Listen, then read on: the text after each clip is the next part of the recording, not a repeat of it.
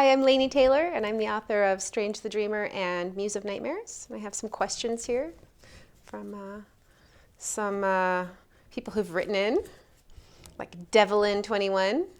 Your question, how do you come up with your plots? Do they come to you in dreams? Do you see something that sparks an idea, etc.? How do I come up with my plots? Laboriously, no. I think that actually the seed of what became Strange the Dreamer maybe did come in a dream, but it was so long ago that I'm not really sure. It was, I was saying that it was at least 20 years ago, but I think it's a lot longer than that because I keep forgetting how old I am. 20 years isn't as long as I think.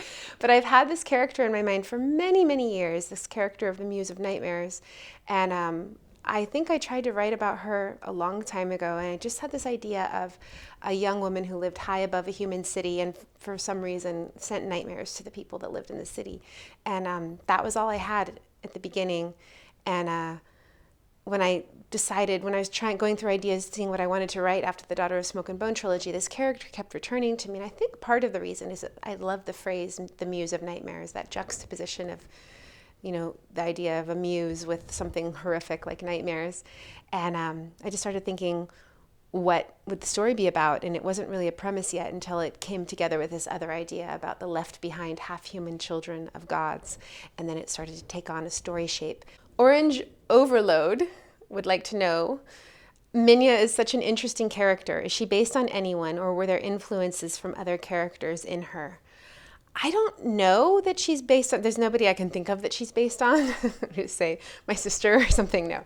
The idea of Minya, she started just from this idea of a 6-year-old child who's been 6 years old for a long time. I just had this idea for some reason in my mind of this child who didn't age, and I didn't know why she didn't age. And at first it was almost just a strange, whimsical thing. It was kind of cool, just this idea of an ageless child. It's kind of creepy, but I didn't know who she was really or why she didn't age. And as the story developed, it became very clear, and it should have been obvious from the start that it was, and maybe I knew at some level all along that this was a metaphor for trauma and PTSD, and that she's a severely traumatized child who's frozen in time, emotionally and physically, at the time of this trauma that she endured and survived. And so Minya became a really crucial character to the story because as the plot evolves, really, she has so much power over everybody that if her mind can't be changed, then really everybody's fate is at stake. And so that became to me this sort of the question, the pivot point of Muse of Nightmares is what to do about Minya, what to do about this situation with this terrifying idea of being confronted with being under the power of someone whose mind cannot be changed.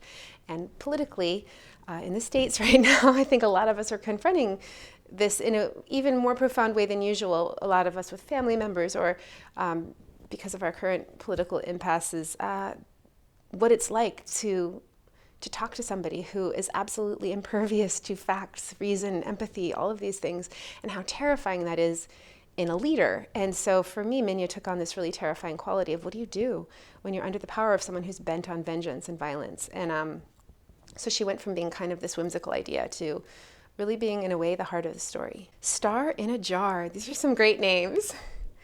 Will the Daughter of Smoke and Bone and the Strange the Dreamer characters ever meet? I don't know. I don't want to give any spoilers for people who haven't read yet. I mean, there's no spoilers in this book, but there are some Easter eggs.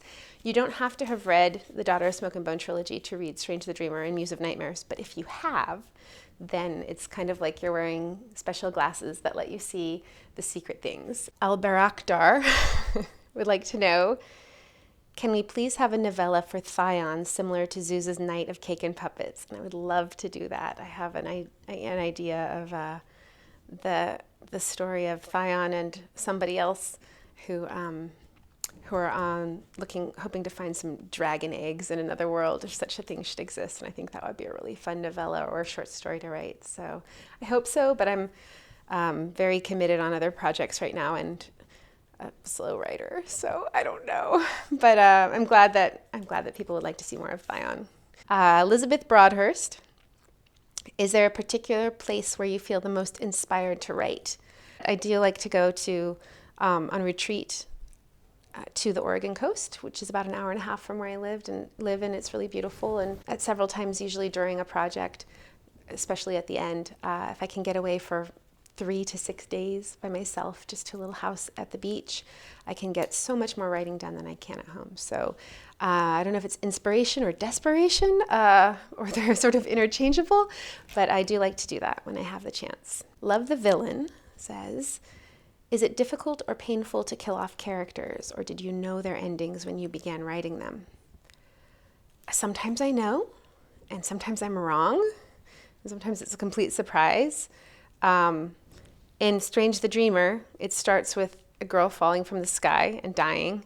And the whole time I was writing the book, I thought I knew who it was, and I was wrong. It was actually somebody else, which if you've read the book, you know who it was. And I was really over a deadline and late on Strange, and I just have this vivid memory of being so exhausted. I was getting up at 4 o'clock in the morning to write, and I was so tired, and I just was trying to get the book done. Am I ever going to be finished? I just remember being so weary. And then in that home stretch, this idea occurred to me of who it really was that fell from the sky. And all of a sudden, I felt awake for the first time in, I don't know, weeks or months. And I was scandalized by this possibility. Like I could never do, oh my gosh, I couldn't. But I did. I realized as soon as I had the idea that it was the only way I could possibly go. And it really shook things up, and it changed the story hugely, and it really paved the way for what Muse of Nightmares would be. And I have no idea what that book would be if I had stuck with that original thought. C.M. Lee Savage, how is your first draft compared to the final result? I am a reviser as I go, and so my first drafts are pretty similar to my final result, but my first drafts take like a year and a half. So I am constantly backing up and rewriting things and polishing as I go. And so the prose is the writing changes, of course, a lot while I'm writing it, but by the time I get to the end, it's going to be in a pretty similar state to what it'll end up being with. Usually there's the editorial passes with big picture things that I couldn't really see until the whole story was done. But as far as prose level and things like that, it's going to be pretty clean. I don't do the fast first draft thing. I've tried it, and it just hasn't worked for me. I'll do that scene by scene. I'll write a fast first draft of a scene or a chapter, and then I revise it until I have it how I want it, and then I move forward. But I can't do a whole book that way because it feels too messy and unresolved, and I like to build things on top of each other. And if it's too messy, like the longer I go, I feel like I'm walking out onto thin ice, and I don't have this foundation of the story under me. And so Snawsheen would like to know, you clearly have a fascination for the color blue. So why not dye your hair blue instead of pink? I get that question a lot, actually, and I don't know how this blue thing came about. I had pink hair first, and I was writing Daughter of Smoke and Bone, and this character just appeared, and she had blue hair, and just seemed that was how she was from the beginning, and that's how she stayed. She just always had blue hair. I would think I would never have had her have pink hair, because then it would have seemed like I thought I was as cool as Karoo, which I know I certainly was not. And so she had blue hair. And then in Strange the Dreamer, when I was trying to think of a way that the God Spawn would be other, a way to externalize or to make their otherness something that could not be easily hidden, something that would mark them at a glance as different, it seemed obvious to me that it would be skin color, just to go with the most obvious parallel to our own world. And when I was thinking about what color it would be, there really wasn't any other option.